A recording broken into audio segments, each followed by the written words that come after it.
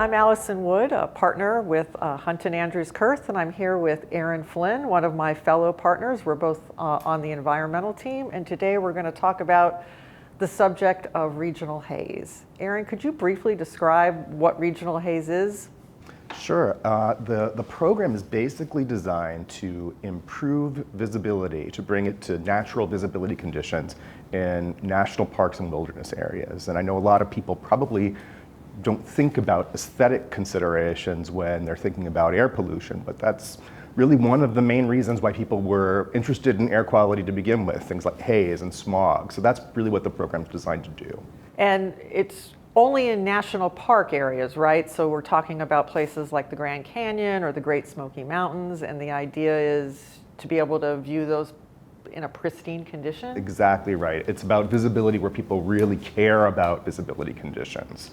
And I know that for a while now, the regional haze program has been a little dormant, but it's recently picked up. Can you talk a little bit about what's going on right now? Sure. So one of the last things that the Obama administration did was to pause the program, to delay it for a few years. The deadline for the next round was 2018 originally. They pushed it back to 2021 to give states more time to work on their plans, and states really needed that time.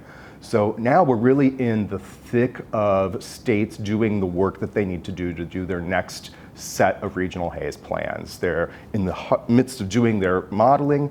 They are submitting all of the reasonable progress plans that companies have been preparing to regional planning organizations to do additional technical work.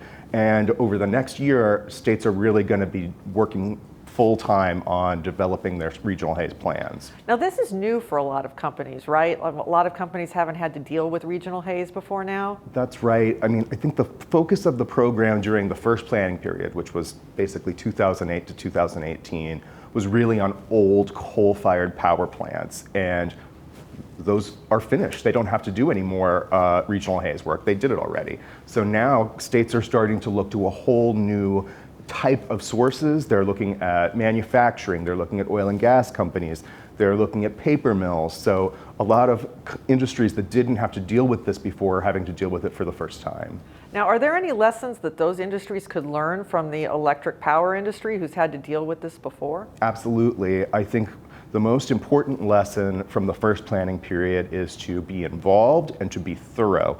A lot of companies thought that they had done enough work, enough technical work to support the various control requirements that they thought they were going to be subjected to, and it turned out that EPA didn't agree with them, and they had to really rush at the end to try to come up with something that was going to be workable, sometimes dragging that out through litigation and years of additional work. So being involved early, being engaged with your states, and doing as much paperwork and technical work as you possibly can at the front end can save you a lot of difficulty in the future. Now this is a costly program, right? This isn't something that is not a big deal, or...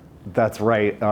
Lots of companies were spending hundreds of millions of dollars to comply with it during the first planning period, and that's very, very likely to happen in this planning period as well. So what types of things could you help companies that are having to deal with this for the first time? How could you help them? Well, I think one of the things that we've really done successfully in the past has been to engage with state regulators and make sure that they know exactly what they need to do to get EPA approval of their plans.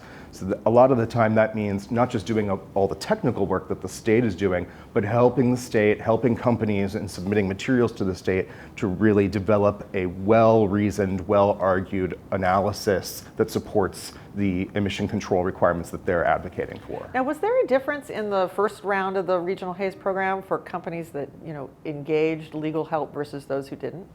I think there was a big difference, yes. Folks that were really proactive at the beginning ended up with plans that either sailed through at the EPA approval level, they weren't challenged by outside organizations in court, they had a much easier time, largely. All right, well, thank you so much, Aaron. That's really been informative. We'll hopefully keep everyone posted on this, and thank you for your time today. Thanks, Allison.